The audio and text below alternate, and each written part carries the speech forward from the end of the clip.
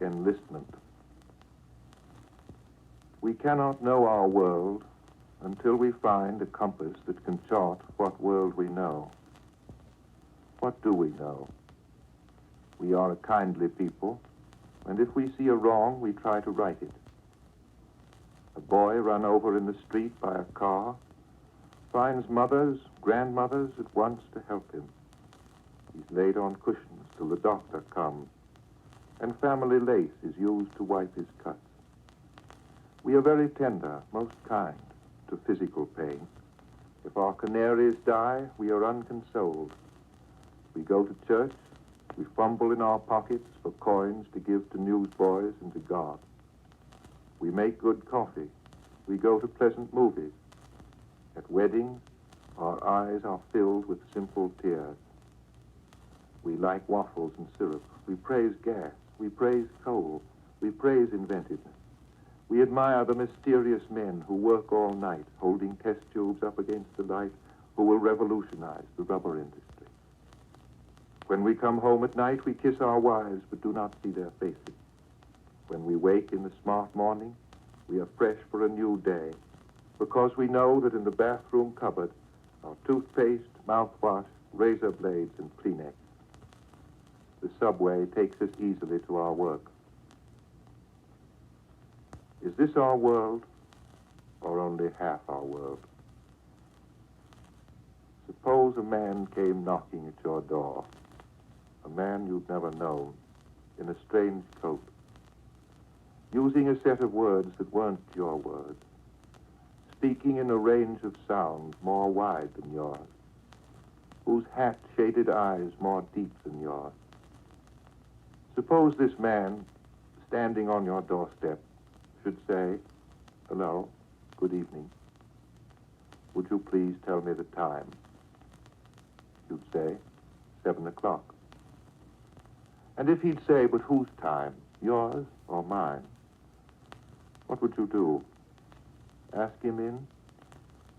Tell him to wait until you dial the usual number that always tells the time? What would you do?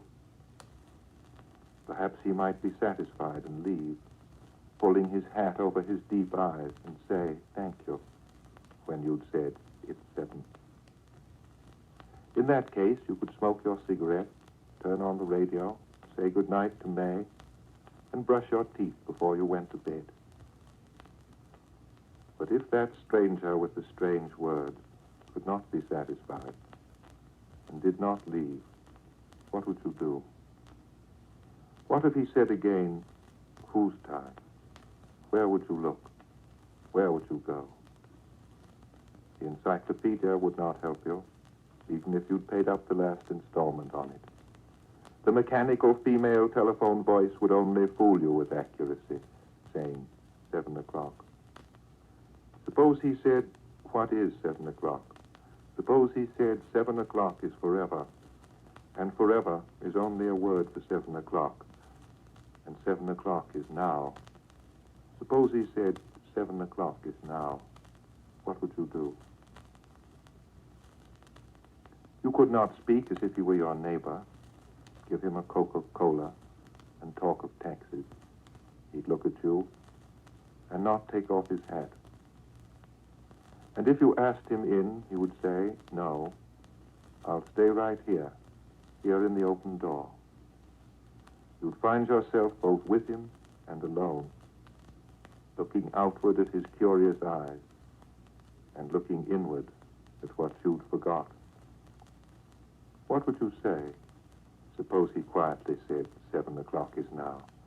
What would you say?